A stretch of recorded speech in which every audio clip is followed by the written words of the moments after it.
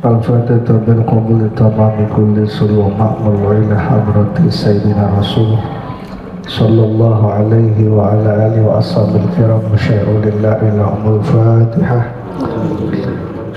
بسم الله الرحمن الرحيم الحمد لله رب العالمين الرحمن الرحيم مالك يوم الدين إياك نعبد وإياك نستعين اهدنا الصراط المستقيم صراط الذين أنعمت عليهم غير المغضوب عليهم ولا الضالين. رب اغفر لنا ولوالدينا آمين. Bismillahirrahmanirrahim. Alhamdulillahirabbil alamin wassalatu wassalamu ala asyrafil anbiya'i wal mursalin sayyidina wa habibina wa syafi'ina wa maulana Muhammadin wa ala alihi wa sahbihi ajma'in, amma ba'du. Wa bil fathi ya fata'ajil takarrumana wa bil ilmin nawwir ya alim uqulana. Rabbi shrah li sadri wa yassir li amri wahlul 'uqdatam min lisani yafqahu qawli. Allahumma ij'alni khairan mimma yadhunnun wa la tu'akhidni mimma yaqulun waghfir li ma la ya'lamun. Subhanaka la ilma lana illa ma 'allamtana innaka antal alimul hakim. Wala haula wala quwwata illa billahil aliyyil azim.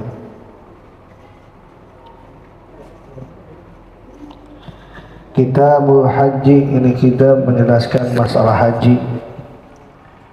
Sengaja kita bahas masalah haji sebab dia juga bagian daripada rukun Islam yang wajib bagi orang yang mampu. Belum mampu ya belum wajib. Jadi kalau ada orang mau berangkat haji bela-belain jual rumah, pulang haji tahu-tahu kontrak, itu berarti belum mampu gitu. Ada orang sekarang sistem itu, sistem nalang begitu, pulang-pulang nanggung utang. Ini duit dulu bisa berangkat, pulang-pulang nanggung utang. Nah, sebagian ulama mengatakan itu makruh. Kenapa? Ini belum wajib. Iya, belum wajib. Kenapa ini dibahas? Sebab kita nggak pernah tahu kapan kita mampu. Mudah-mudahan aja habis ngebahas kitab haji satu saat tiba-tiba ada yang nawar rumah kita 1 meter 50 juta. Amin. Bisa berangkat haji. Karena penting buat kita. Iya. Kita nggak tahu. Yang kebanyakan kan orang Jawa kesini, rumahnya susah, rumahnya sederhana, padahal di sononya mah kaya raya. Subhanallah. Jadi dagang gorengan itu cuma iseng doang sebenarnya ya. Iseng doang. Iya, Masya Allah. Sama kayak tukang ojek. Iya, itu iseng doang sebenarnya, kontrakannya banyak banget.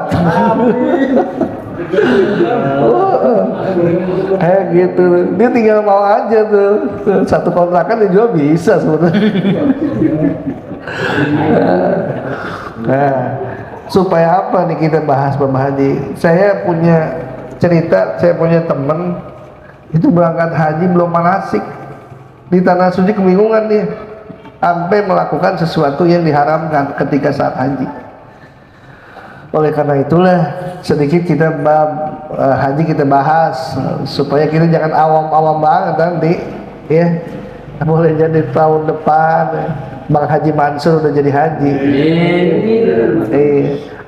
Halaman kegusur. Kita nggak tahu kan, ada Haji Abu Bakar, ada Haji Abidin, ada pokoknya banyak istilah-istilahnya ya. Nah itu kita nggak pernah tahu. Kata saya haji ini 2018 itu saya kaget sendiri, kaget langsung disuruh berangkat haji bareng sama Haji Rijal sama Haji Deri.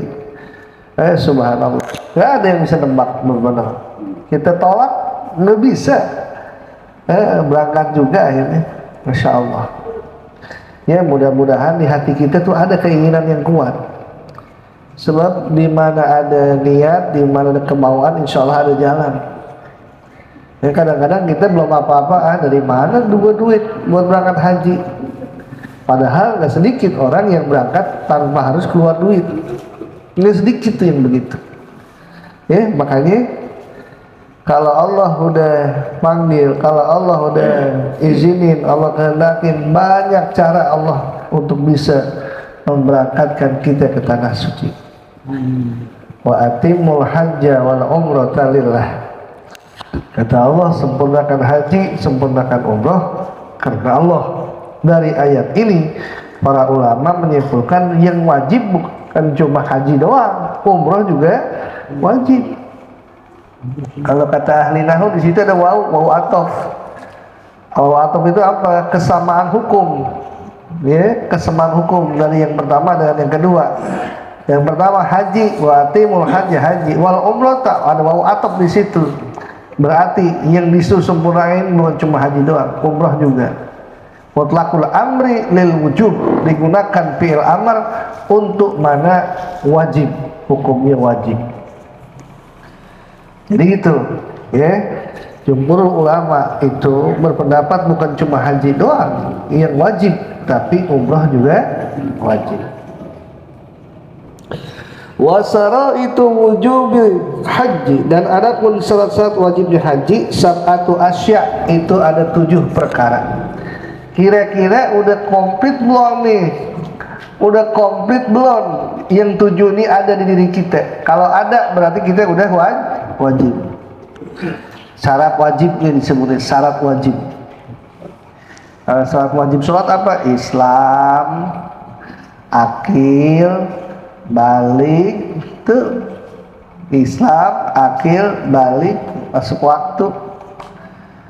Itu udah Islam tapi belum balik, ya belum wajib. Terus gimana kalau ada anak kecil ibadah tapi belum balik? Ketika rukun dan salatnya terpenuhi, dia memang belum balik tapi udah sunat suci. Dia belum balik tapi rukun dan salatnya dia penuhi, sah ibadahnya. Ya, cuman pahalanya diberikan kepada orang tuanya. Itu karena apa? Karena dia itu belum balik. Itu. Makanya kalau kita punya anak udah bisa sembahyang, udah sunat, bersih daripada najis, benar rukun dan syaratnya, dia sah ibadahnya. Itu. Sebab sahnya ibadah itu tergantung bagaimana rukun dan syaratnya terpenuhi atau tidak.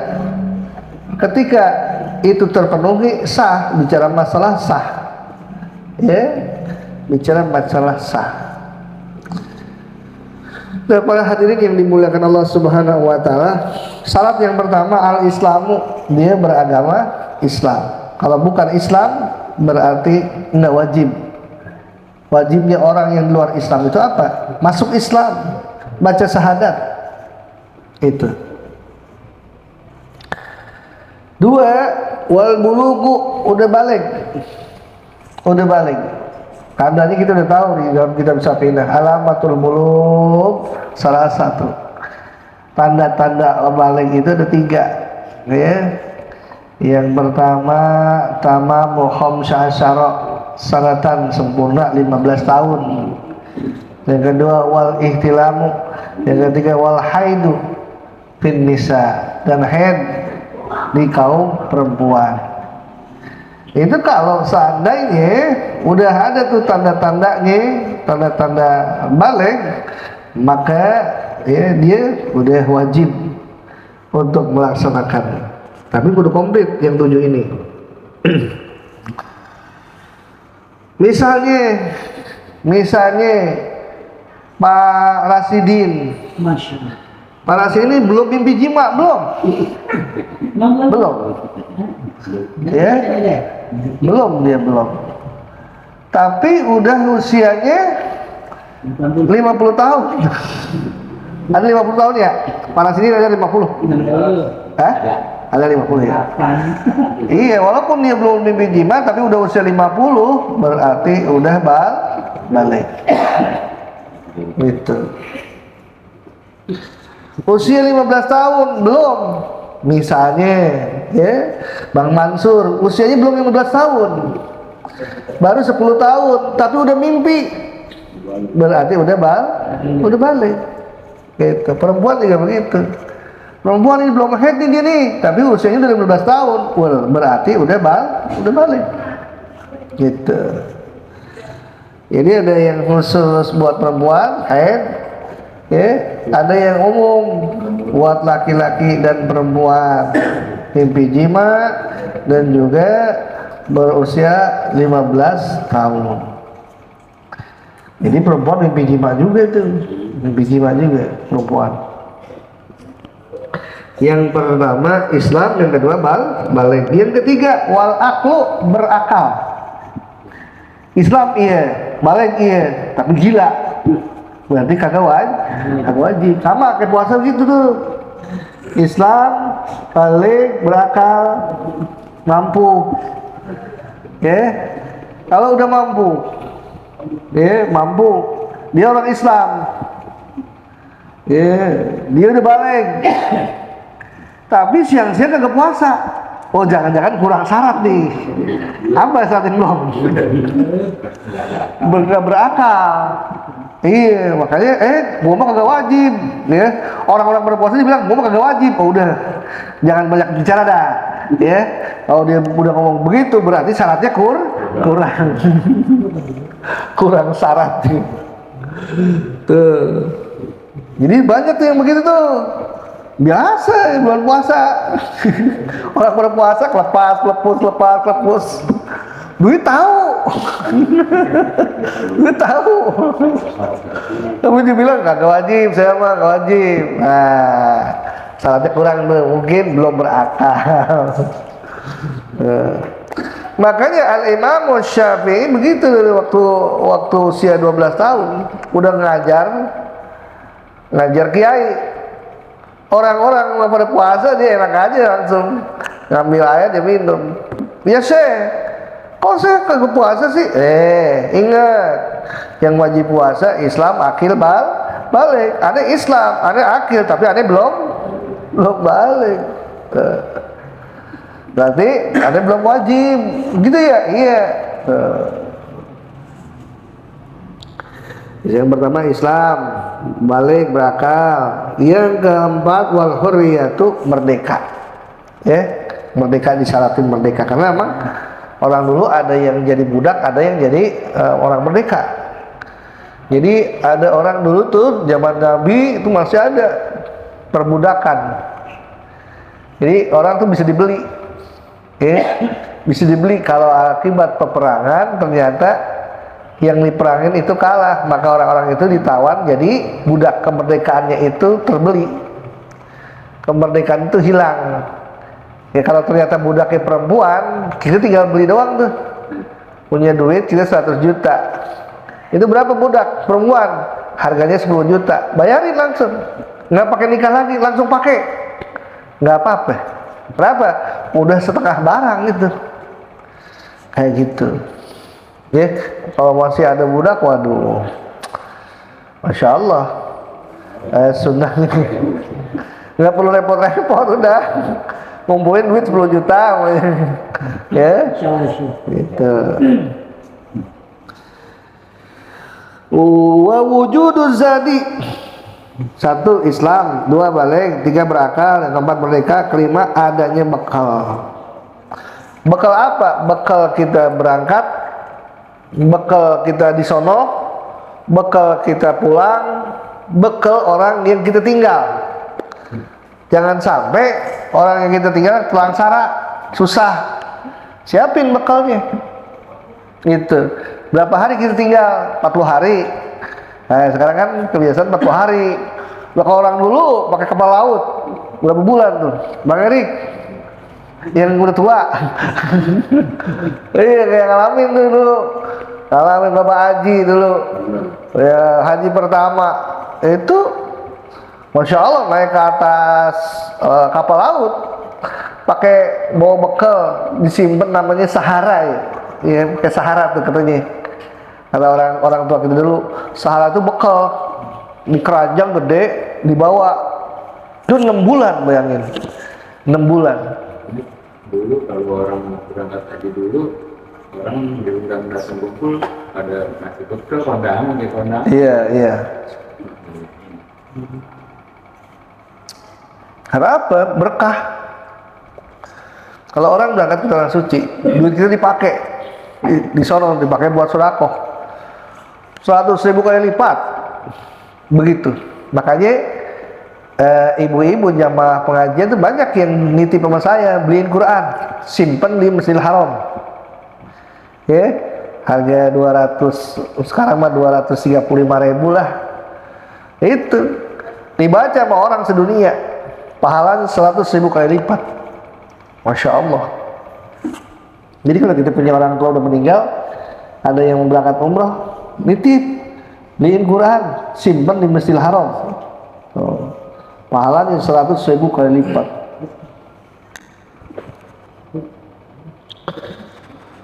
Warrohilati, apa? Ada kendaraan. Ya, gimana tuh nggak ada kendaraan, repot juga. Kan hebat juga orang Indonesia kemarin. Ada yang jalan kaki dari sini. Orang mana tuh ya? Hah? Bekasi.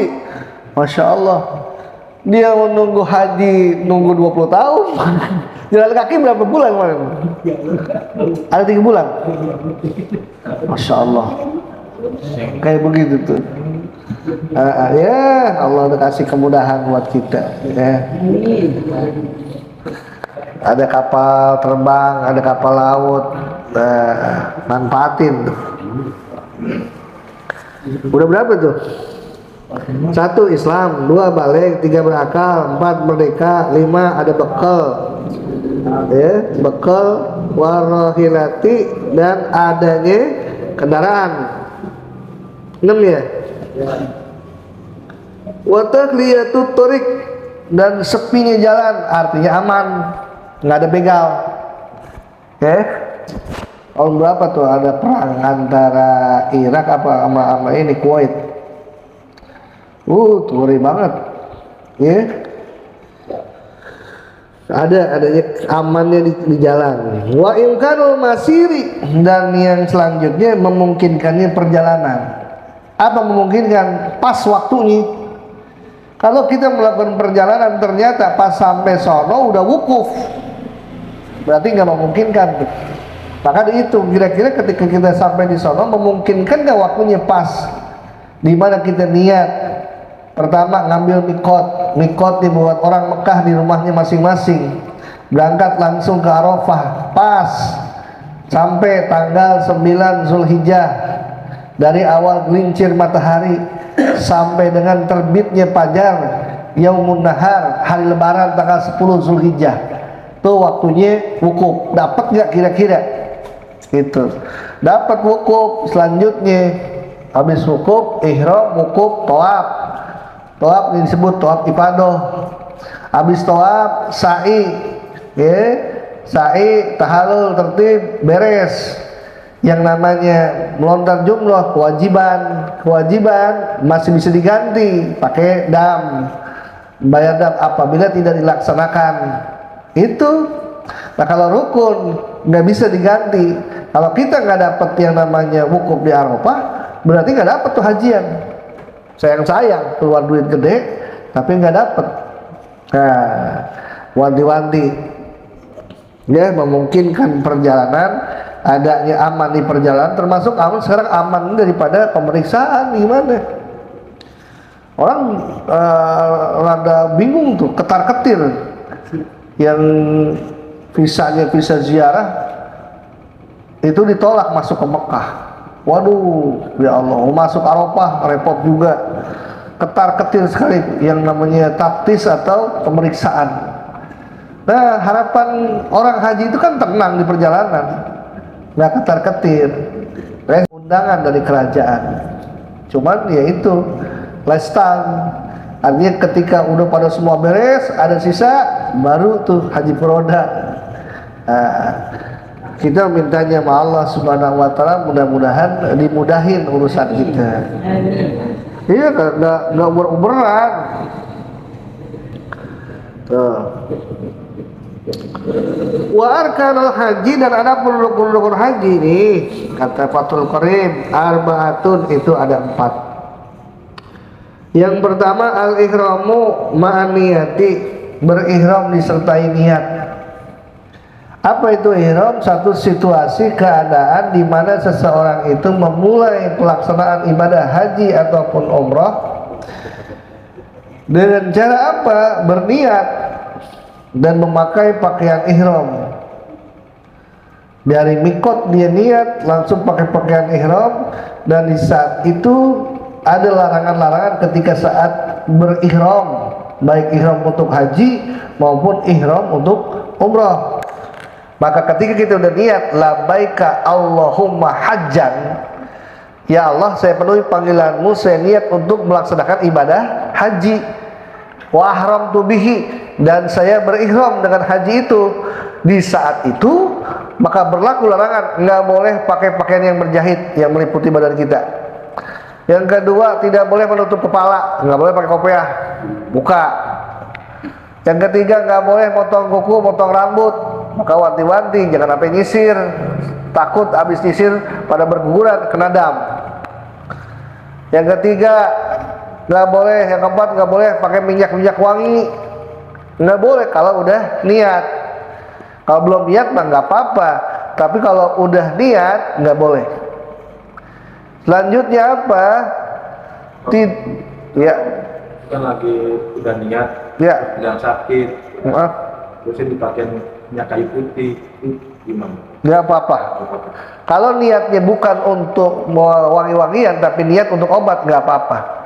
Sama kayak kita, ketika pakai sabun dalam kitab Riyadul Badi'ah, itu dijelaskan. Kalau kita pakai sabun, tapi niat kita bukan wangi-wangian, niat kita untuk kebersihan aja, itu nggak apa-apa. Sama halnya ketika pakai minyak kayu putih, niatnya bukan buat wangi-wangian, kan wangi ya kayu putih, tapi niatnya untuk obat, nggak apa-apa, nggak kena dam. Ya, dari sini ini jarang dibahas. Kenapa? Ya itu dia. Kadang orang belajar manasik itu kalau udah daftar haji doang, kalau daftar umroh doang. Ya, makanya rencananya nanti mudah-mudahan Allah kasih izin, Allah mudahin ya, anak-anak Darut Taubah kita manasik umroh, kita manasik haji, siap-siap pada pakai kain ihram, ntar kita muter-muter di asrama Pondok Gede, asrama haji Pondok Gede. Jadi nanti ketika saat ternyata ya si haji tahu-tahu ada yang bayarin berangkat umroh, berangkat haji, iya udah nggak bingung lagi bagaimana caranya tawaf, bagaimana caranya sa'i. Ya, kita kan nggak tahu rezeki orang ya. Banyak loh ya kayak wajah-wajah desa tapi rezeki kuto.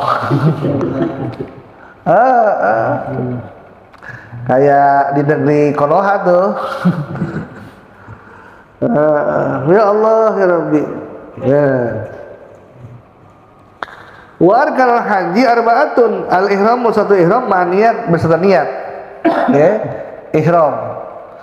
Jadi mengharamkan diri kita ketika masuk yang namanya ritual ibadah haji ataupun umrah, tidak boleh memakai penutup kepala, tidak boleh menutup wajah, tidak boleh kita itu memakai pakaian yang berjahit, tidak boleh memakai wangian, tidak boleh menggugurkan rambut atau kuku kita, jangan.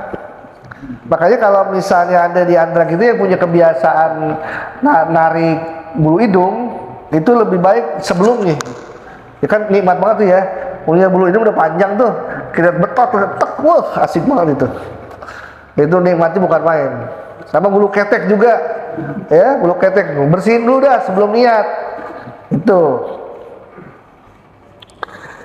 Nah, niatnya gimana? Niatnya itu, ya kalau haji yang singkat aja, ya yang singkat. Bismillahirrahmanirrahim. Labbaika Allahumma hajjan, labbaika Allahumma hajjan, labbaika Allahumma hajjan. Itu yang pendek. Yang panjang, ya bismillahirrahmanirrahim. Nawaitul hajja wa ahramtu bihi lillahi ta'ala.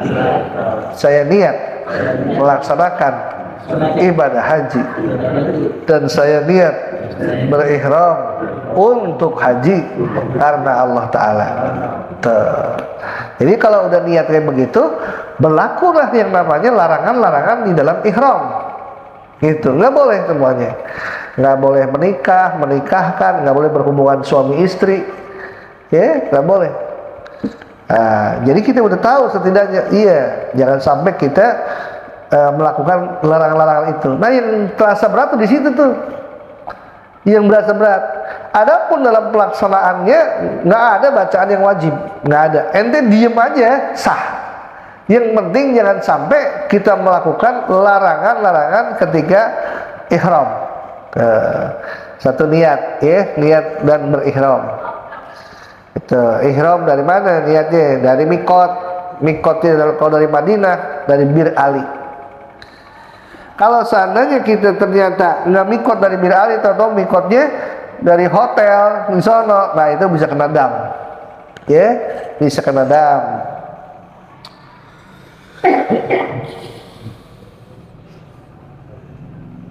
Yang kedua, wal wukufu, wukuf di Arafah, di Arafah. Hukumnya wajib, kagak boleh kagak. Biar kata dia sakit, gotong sampai ke Arafah. Sayang-sayang kalau kagak dia wukuf. Al-Hajju Arafah, rukun terbesar di dalam masalah haji adalah wukuf di Arafah. Dari kapan syaratnya? Dari semenjak gelincir matahari datang waktu zuhur, itu udah ada di Arafah tuh. Sampai kapan? Sampai terbit fajar atau terbitnya fajar datang waktu subuh pas hari Lebaran, tanggal 10 Zulhijjah. Ya, kalau kita datang misalnya maghrib masih bisa, kita datang jam 12 malam wukuf masih bisa wukuf di situ sampai terbitnya fajar sodik atau datang waktu subuh tanggal 10 Zulhijjah. Wa tawafu, yang ketiga tawaf bil baiti, di Baitullah. Tawaf adalah satu pekerjaan yang adalah rukun haji, di mana kita mengelilingi Ka'bah berlawanan dengan arah jam, dan posisi Ka'bah ada di sebelah kiri kita. Kalau badan kita berubah, ternyata kita balik badan, posisi Ka'bah ada di sebelah kanan kita, berarti batal tawaf kita saat itu.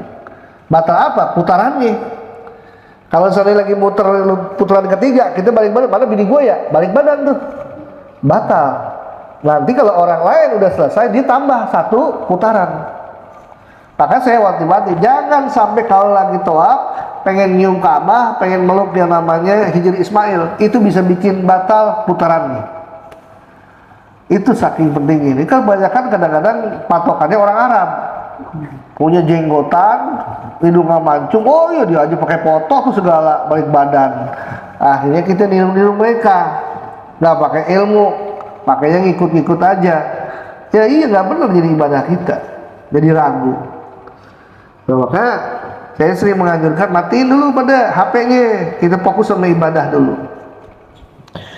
Yang keempat, wasai'u, dan sa'i. Nah, perlu diketahui lagi tawaf ini syaratnya pesuci, nggak boleh nggak punya wudu, mesti punya wudu. Timbul pertanyaan, mau bagaimana bisa punya wudu? Lagi putar-putar kan banyak bercampur orang laki perempuan. Nah, kalau kita bersentuhan, wudu kita batal lagi gimana? Nah, ada dua pendapat para ulama. Ada yang berpindah mazhab kepada mazhab Imam Maliki. Gimana kata Imam Maliki? Kalau seandainya kita itu tawaf dan kita wudu pakai Imam Maliki, maka pembatalan juga Imam Maliki. Nah, kalau Imam Maliki bersentuhan kulit laki dan perempuan itu enggak batal sepanjang kagak ada syahwat. Itu, ya. Jadi kalau kita udah wudu Maliki tapi ada syahwat, lagi megang bini kita, ternyata kita lihat pandangan muka bini gue kayaknya tambah cakep aja ya. Iya, tuh ada syahwat tuh, masya Allah tambah bercahaya aja. Nah, iya, ya kagak jauh-jauh. Itu yang udah punya bini gimana sih? Kalau ngeliat bini abis keluar dari kamar mandi, abis mandi kan wajahnya cerah tuh, kan bawaannya pengen betot aja tuh anduk, iya. Nah, iya, dia jangan nanya ke Ari dah, nanyanya si Bari aja gitu.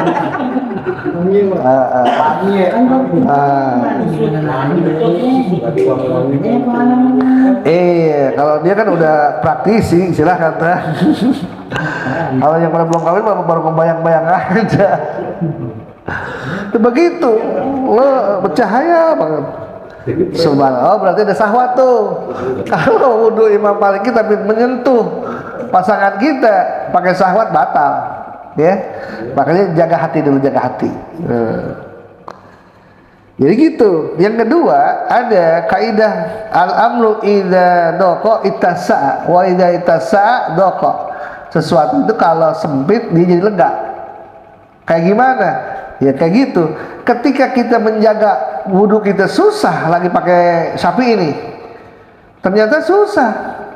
Susahnya apa? Nggak mungkin kan banyak orang. Wah iya, udah di saat itu yang tadinya berlaku tuh nggak boleh bersentuhan kulit laki-laki dan perempuan karena situasinya susah seperti itu, jadi dibolehkan, nggak batal. Ya, cara kita misalnya dalam keadaan darurat nih, di tengah hutan, perut lapar, makanan nggak ada, habis semua, biskuit pada habis semua, yang ada ular.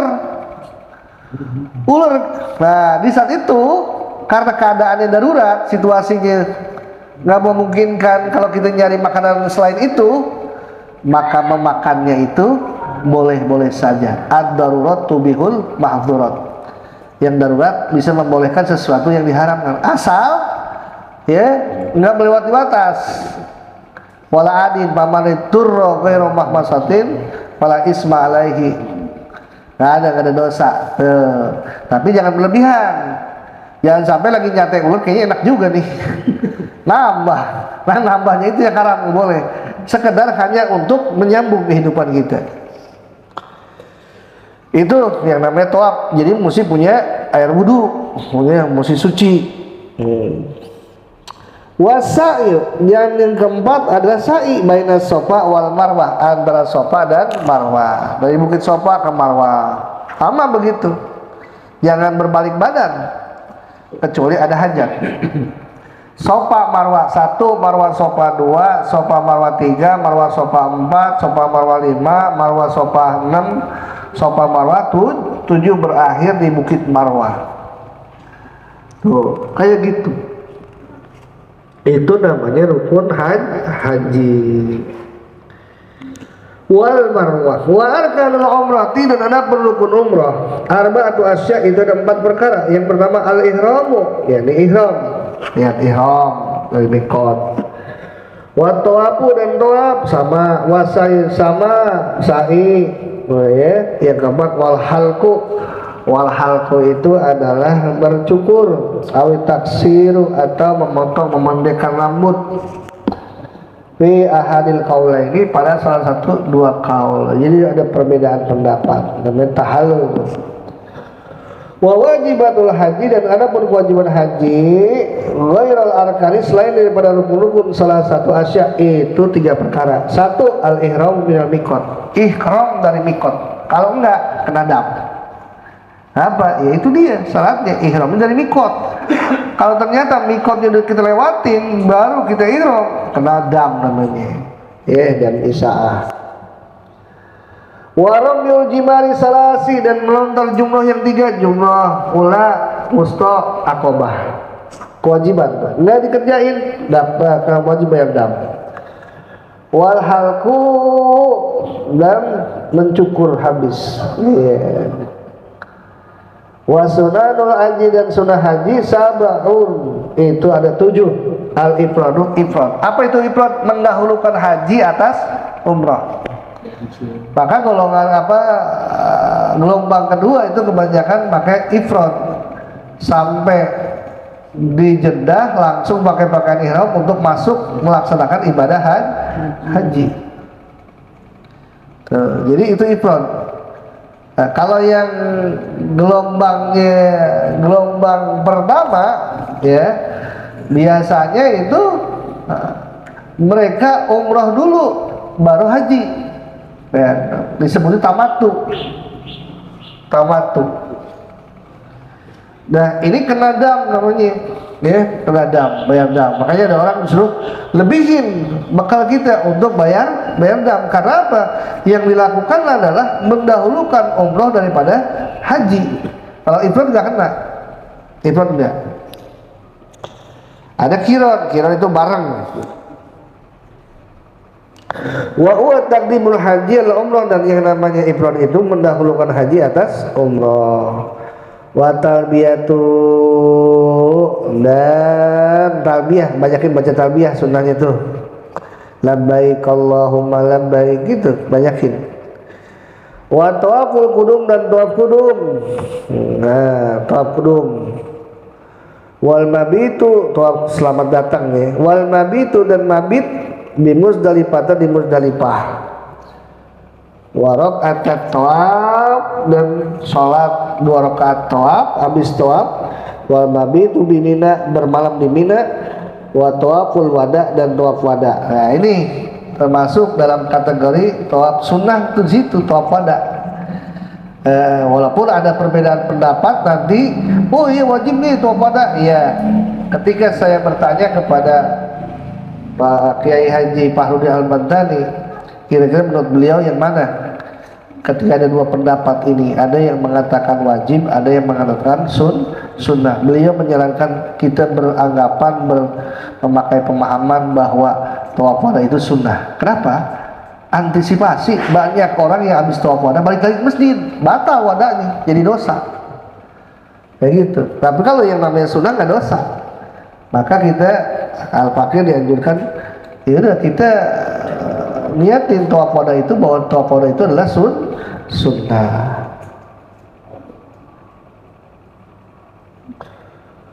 Wa yatajarradu rajulu indal ihram anil makiti, dan mengosongkan seorang laki-laki ketika ihram daripada pakaian yang berjahit. Wa yalbasu izaran, dan memakai izar samping atau sarung, waridaan abyado ini, dan 2 sorban yang putih keduanya. Dari sini kalau ada pertanyaan, boleh nggak pakai kain ihram hitam? Ya boleh-boleh aja.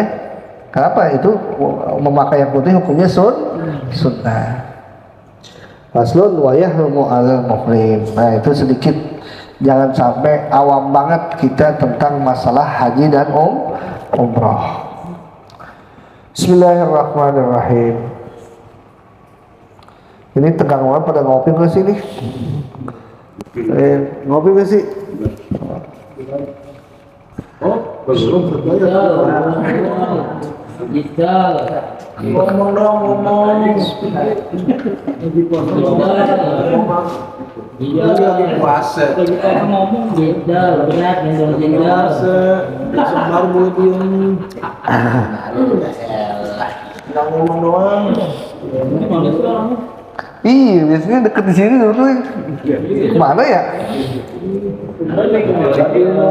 Bismillahirrahmanirrahim. Ma basakot ansanul dzullim illa ala bidri tomain.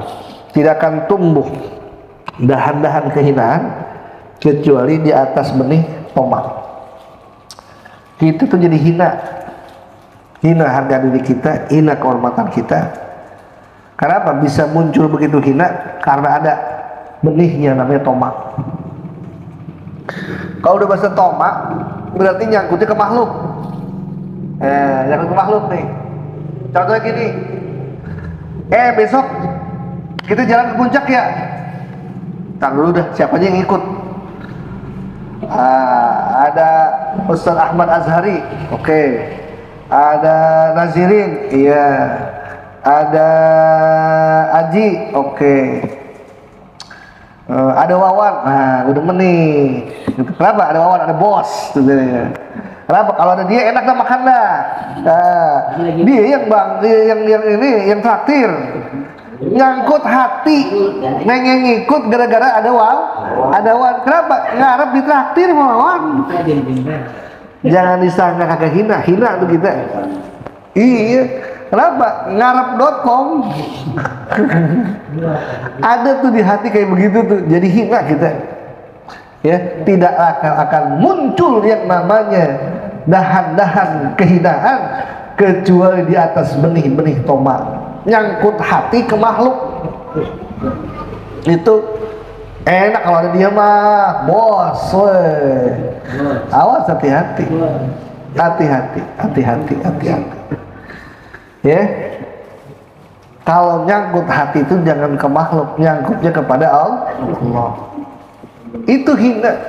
Begitu disuruh hati itu kudu nyangkut ke Allah, apa aja.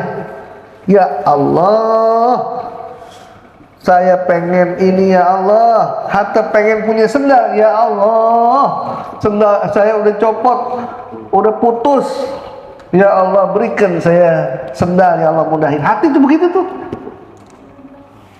Kalau di hati masih nyangkut nyindirnya ke makhluk, aduh dah hina diri kita benar-benar. Nah, orang yang pengen deket ke Allah jangan sampai begitu. Makanya Allah itu pencemburu, nggak suka kalau hati kita berpaling kepada yang lain. Hati kita itu kudu nyangkutnya ke Allah. Ya Allah, saya pengen ngaji, Rabbi shrahli sadri wa yassir. Itu tandanya nyangkut tuh hati itu ke Allah tuh. Kita mau makan, Allahumma barik lana fima razaqtana wa qina adzabannar. Nyangkut ke Allah. Malah mana di kehidupan kita yang kita nggak butuh sama Allah, butuh sama Allah Subhanahu Wa Taala. Lihat anak, kalau ente pada punya anak, pandang anak, apa dia lagi ada di depan kita, apa dia lagi tidur dalam hati, ya Allah, Rabbi habli minas sholihin, ya Allah jadikan anak saya anak yang soleh. Ala kulli hal, setiap perkara tuh manusia yang berakhlak kepada Allah Subhanahu wa taala, manusia yang mulia di hadapan Allah Subhanahu wa taala, tidak membiarkan hatinya bergantung kepada selain Allah. Cukup hanya kepada Allah. Dan ini yang dicontohkan oleh Khalilullah Nabiullah Ibrahim alaihissalam. Ketika saat tangan dan kaki diikat, datang malaikat bawa nawarin bantuan. Ibrahim, butuh bantuan saya? Enggak, cukup Allah aja. Hasbunallah wa ni'mal maula wa ni'man nasir. Allah juga tahu saya diginiin. Mantap, hati nyangkut ke Allah dalam setiap gerak dan langkah dirinya. Hatta ketika tangan dan kaki terikat, cara begitu mungkin kita dihadapkan oleh satu situasi, maju kena, mundur kena. Si malakama dimakan, bapak meninggal, gak dimakan, emak yang meninggal. Gimana ini? Sangkutin hati ke Allah. Allah yang tahu jalan keluar yang terbaik. Begitu. Jangan sampai dibiarkan stres kita begitu saja oleh karena pilihan yang tidak sesuai dengan harapan. Pengen sama dia, ternyata dia dikawin orang. Gimana tuh hati? Kayak gak punya Allah aja. Emang dunia selebar dengan kelor? Masih begitu banyak yang lain. Tuh, kayak gitu. Nanti satu saat kita akan sampai kepada kesimpulan, untung gua kagak jadi. Ternyata Allah udah pilihin sesuatu yang lebih maslahat buat diri kita. Kayak gitu ternyata, subhanallah.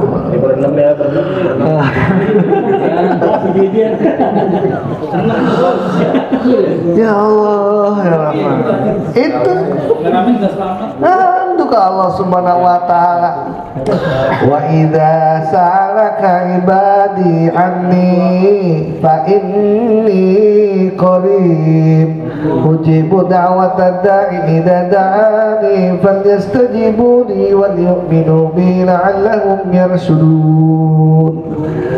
Apabila bertanya kepada engkau Muhammad tentang aku, hamba-hambaku, fa inni qarib, aku tuh dekat. Apa mana dekat? Allah tahu masalah kita. Allah tahu lu lagi galau nih sekarang, lu lagi galau nih. Allah tahu. Biar kata nggak ngomong sama siapa-siapa, sama temen kagak, sama saudara kagak, sama orang tua kagak.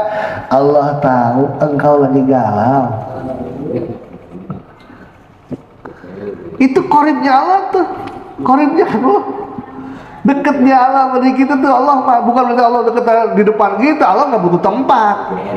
Mana dia Allah tahu permasalahan yang menghinggapi kehidupan kita, dan Allah tahu solusinya. Maka ketika kita dihadapkan oleh sesuatu ujian dan cobaan yang mungkin berasa nggak enak, pahit kita rasain, sadar diri, la yukallifullahu nafsan illa, tidak semata-mata Allah memberikan satu ujian kecuali Allah udah kasih kemampuan kita untuk menghadapinya. Cuman kita nggak percaya diri.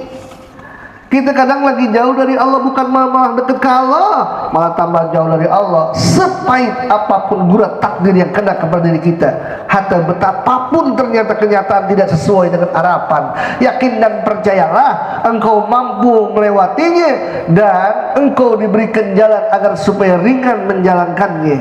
Gimana? Ngadu ke Allah, Rabbana wala tuhammilna ma la taqata lana. Tuh dalilnya kalau kita curhatnya curhat ke Allah. Kalau curhat ke bangsa manusia, ke teman, kadang-kadang agak dipercaya, nggak bisa dipercaya, ngebocorin dulu. Iya, kalau makhluk tuh begitu, makhluk mah nggak pernah, nggak bisa dipegang. Udah gua wanti-wanti, jangan nih bocor juga. Oh begitu tuh.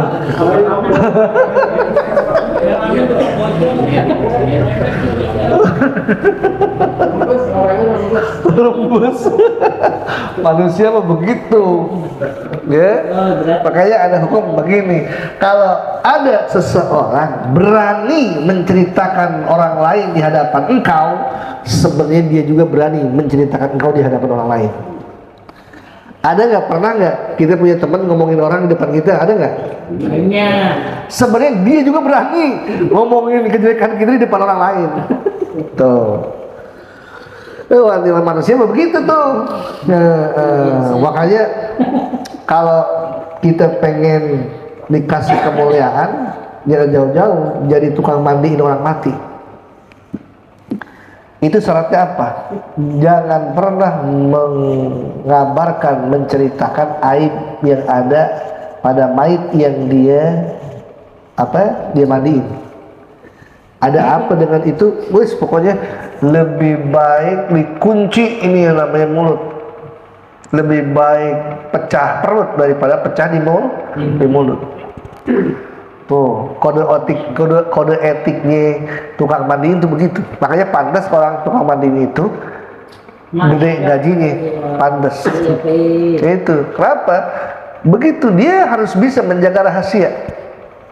Mayat ada apa bahasa bau atau gimana, dia nggak boleh cerita. Wih, sudah. Itu makanya teman-teman yang tukang mandiin itu kalau cerita nggak pernah dia sebut namanya siapa, nggak pernah. Apa itu kode etik?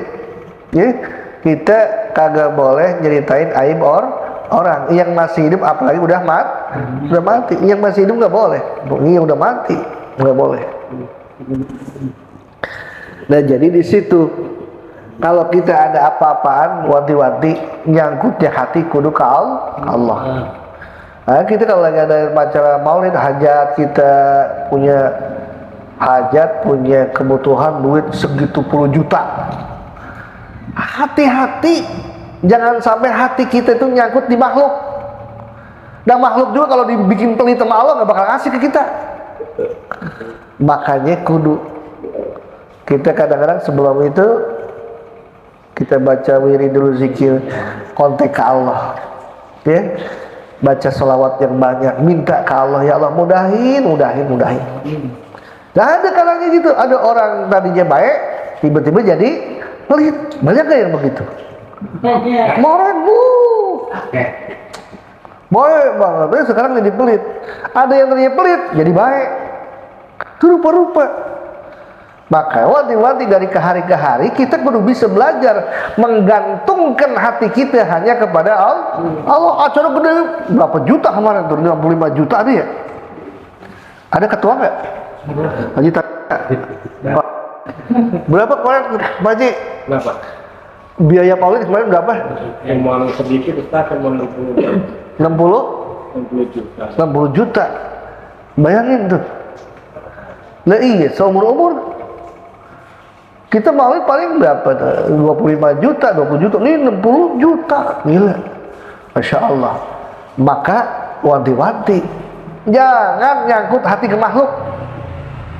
Apa? Itu dikatakan, kata Syekh Ibnu Athaillah, tidak akan muncul yang namanya kehinaan, dahan-dahan kehinaan, kecuali munculnya dari benih-benih toma. Toma itu apa? Ngarep dikasih sama makhluk.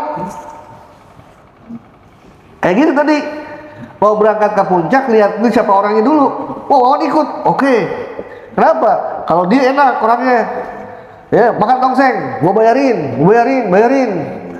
Kayak begitu, orangnya royal, pokoknya. Hati jangkut, oh, boros. Boros apanya nih? Oh, Masya Allah. Awas wanti-wanti, jangan di hati kita nyangkut ke makhluk, jangan. Biar kata keseharian, oh dia mah baik orangnya, jangan sekali-kali. Dan baiknya juga Allah yang baikin, gitu. Dan baiknya seseorang itu Allah yang baikin. Cara ente datang ke sini, kenapa ente bisa datang? Allah yang gerakin. La yasukul khaira, nggak ada yang bisa mengiring kepada kebaikan kecuali Allah. Itu. Makanya ada lagi ngobrol sama Kiai Bunyamin dulu, ada mah pasrah aja deh. Yang mau datang ngaji banyak syukur, enggak juga nggak apa-apa. Biar ada berdua-duaan aja sama Allah. Hati itu udah nyangkut ke Allah, nggak peduli. Lu mau datang ngaji silakan, lu kagak datang juga silakan. Kenapa? Yang penting hati jangan bersandar kepada makhluk. Hati itu kudu nyender hanya kepada Allah, serahin semuanya. Wa may yatawakkal 'ala Allah fa huwa hasbuh. Siapa orang yang bertawakal, nyerahin semuanya kepada Allah, fa huwa hasbuh. Allah yang bakal cukupi. Itu begitu cara Nabi Ibrahim, tangan dan kaki diikat, datang malaikat nawarin bantuan, enggak, ente cukup ke Allah, hasbunallah wa ni'mal wakil. Dalam kenyataannya dilempar ke lautan api Raja Namrud, Allah katakan kulna ya naru kuni bardan wassalaman ala Ibrahim. Masya Allah. Mantap hatinya, hasbunallah wa ni'mal wakil. Cobain sama kita ntar. Hidupin kompor, duduk di atas kompor, baca hasbunallah wa ni'mal. Insya Allah. Kenapa? Hati kita belum bulat ke Allah. Lah iya, orang kayak begitu mau makan cuma sedikit. Lah kalau kita dikit-dikit, kalau kayak gitu tidurnya sedikit, kalau kita dikit-dikit tidur. Ya Allah, ya Rabbi, itu makanya ntar lebaran gimana nih, beli baju baru belum, bikin kue juga belum, gimana nih, hasbunallah wa ni'mal wakil. Ada yang dagang. Semua begitu. Baju. Dari mana aja. Allah punya urusan nih, nggak dagang gorengan, nggak jadi masalah. Yang penting seminggu ada 4 orang mati aja. Enggak mati. Siapa yang mati? Allah punya urusan, begitu. Semuanya digantungin ke Allah tuh, Masya Allah. Enak kemudian begitu, hati lapang. Nggak stres, nggak bermuka-muka, ya, nggak cari mukanya hanya kepada Allah. Tuh, kalau hati udah bergantung begitu, enak hidup kita. Karena rezeki udah dijamin. Satu rezeki yang dijamin sama Allah. Lu sholat, lu kagak sholat, lu iman, lu kafir, tetap dikasih rezeki sama Allah.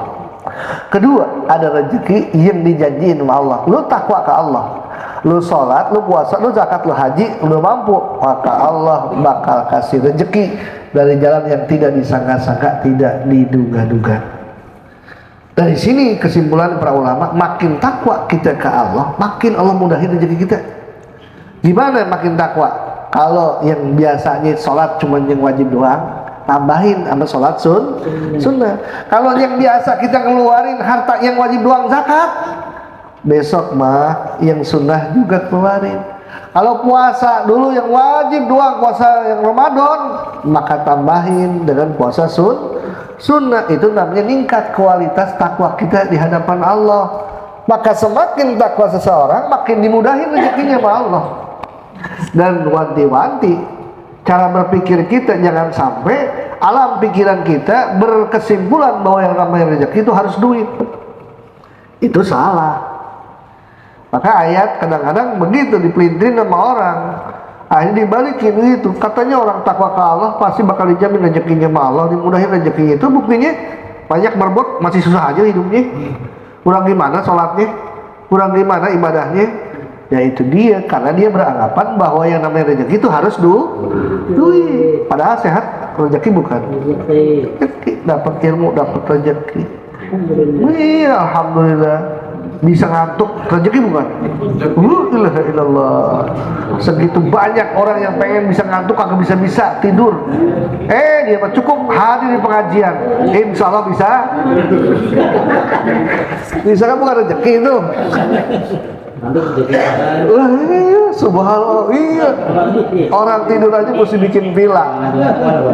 Dia sambil duduk bisa tidur. Hebat banget. Subhanallah.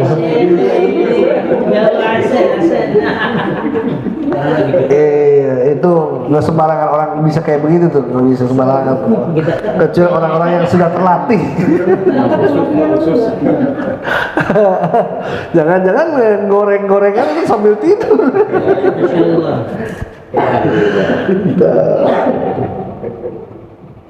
Jadi bahwa aslu jamil afati li'annahu mahdu ta'alluq bin nas. Dan itu adalah pokoknya tiap-tiap kerusakan. Kenapa? Meles, murni ta'alluq bin nas, nyantel hati kepada manusia. Nyantel hati. Ini hati nih, main hati doang nih, gitu.